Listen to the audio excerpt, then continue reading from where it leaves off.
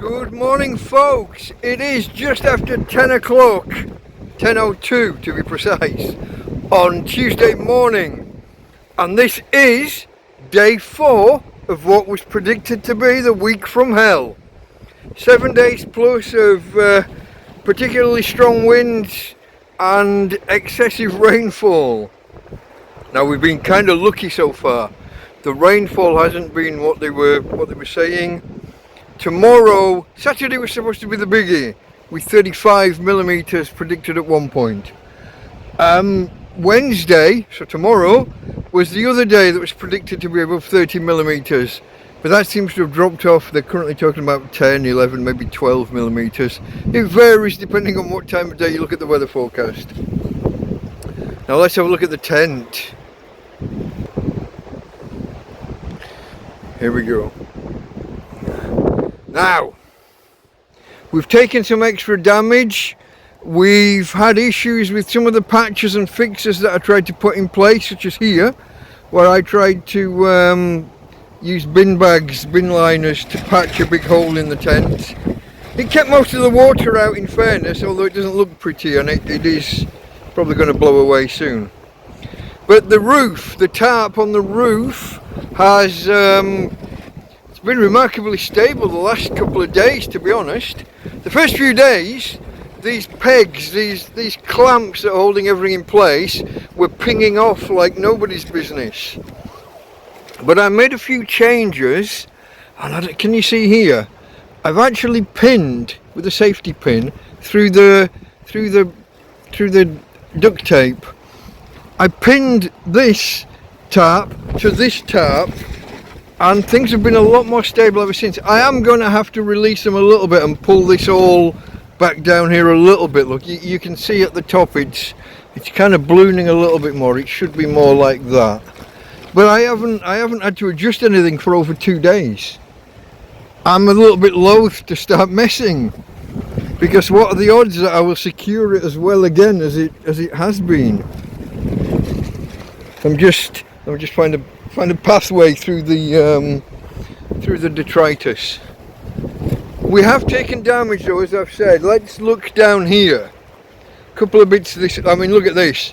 There was a slight tear here once upon a time, and I decided to patch this one corner that wasn't covered by this tarp. But now it's not a slight rip, it's the entire bottom half of the wall is ripped and fallen away. Worse than that, folks, worse than that. This outer tarp that I was relying on to keep this end dry, well, this tarp is now decimated. I mean, look. Now, even worse than that, for me, as an emotional thing, this was my first ever tarp here in Spain. I picked this up next to a bin, roughly 3 meters by 2 meters, just big enough, well, big enough to cover a single bed with ease, and tuck under the bottom, so it lay it on the floor, bring it up and over the mattress, and down and back under, and it would keep the entire mattress dry from the floor. And on a double bed, it would fit and just go under by about 4 inches each side.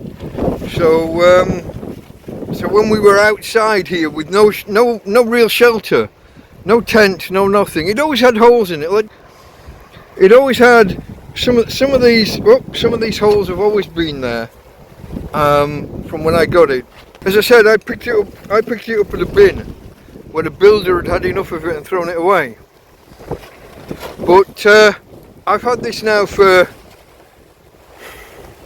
well, it's way over 2 years. It's not 2.5, maybe 2 1/4. And to see it now at an end, you wouldn't think you could get emotional about, or sentimental, emotional's maybe overplaying it, but get sentimental about a tarpaulin. It saved my life. It saved my life. Let's have a look down here as well, look guys. We're at this corner. As I said, we're expecting heavy rain tomorrow, so I'm going to need to tuck this back under Oh, this entire corner's collapsed. Oh shit. It's gone. It's gone. It's here. Where's... Oh wow. Okay. I didn't realise it was... I didn't realise it was that gone. I got work to do. I can't do it one-handed. I'm going to have to do work on this corner. We've taken an extra split. Oh, you can't see from here. At the far end here, where my bedroom is. Let me go around. Oh, let's... well, we've taken damage in the first few hours on... let me think. It's Friday that they said it was all going to start, but Friday wasn't bad. Saturday was the first day proper of the week of hell. Let me show you this end of the tent. So here we've got an issue where under the tarps I had placed these toldos, these waterproof awning covers, and they were pinned at the top under the tarp, so any water that got in there would run down into the ground. But those have come unclipped. I need to redo this entire end of the tent, but I don't think I can do that on my own and in this weather. So they're probably gonna have to risk that tomorrow. This end had some damage and is now it's now fucked. But worse. Excuse me. Over this corner. This rip in this wall. See now, the tarp could potentially just dump water inside the tent, because the tent wall, this wall was actually more or less intact before, and it's now not just intact, but so I just tore it just by holding it. I was hoping to kind of stitch this up here and make a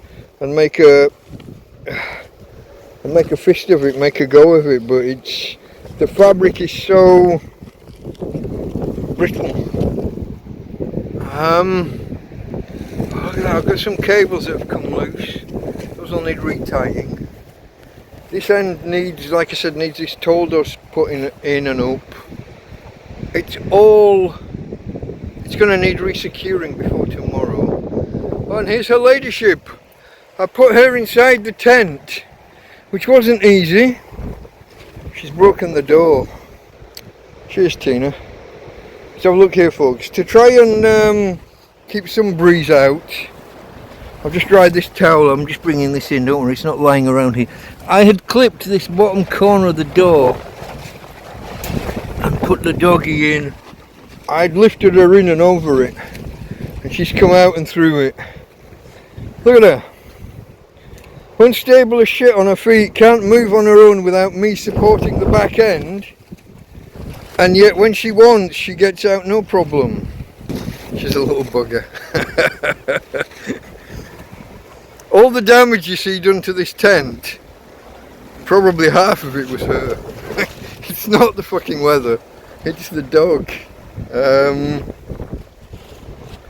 I may be overstating it slightly, but what's a bit of hyperbole between friends.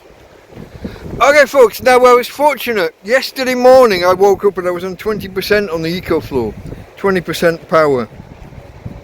But we had a little bit, we got some brightness early in the day and I got up to 25.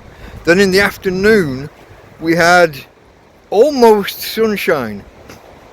I guess at times it was actual sunshine, but only for a few seconds at a time. We had, let's see whether I can, we had a little bit brighter than that. It was like that, but actually kind of shining through. So it was hazy. It was hazy, but it actually was breaking through at times. And I managed to get up from 20% to 60% only by chasing the sun. Over there, I put the solar panel at like 3:30, 4 o'clock over on that pile of wood, and facing the sun this way, and I managed to eke out a bit of extra sun in that last couple of hours.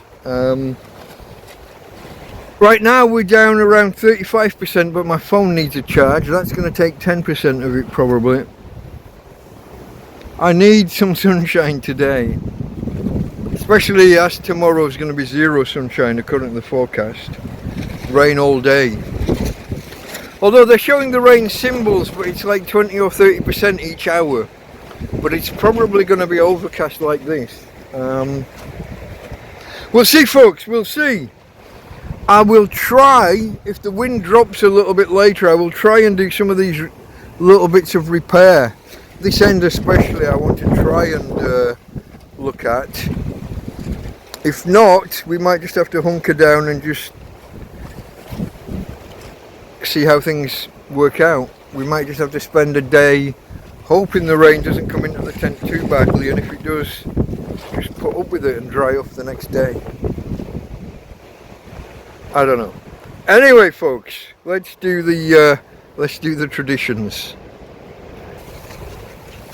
Oh, I think you've zoomed in still. There we go. So, folks, from Tina. Hey, Tina. You're not going to say hello to the peoples? Tina. Treats. Oh, oh. So, from Tina. And from me, Delta Mike. Out. Join me on Sundays for TrampCast. It's the weekly look at the successes, the failures, the happenings in my life as a tramp, a homeless guy, a hobo, living in Torrevieja in Spain.